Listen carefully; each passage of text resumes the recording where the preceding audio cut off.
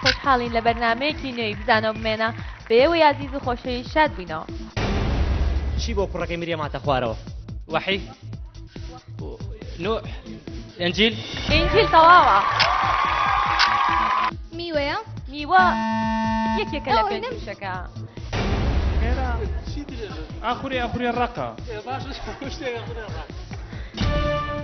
ئەگەر پێوی یاوی دەزانی هەند چەند چاوی هەیە؟ یەک، دوو، سێ، چوار.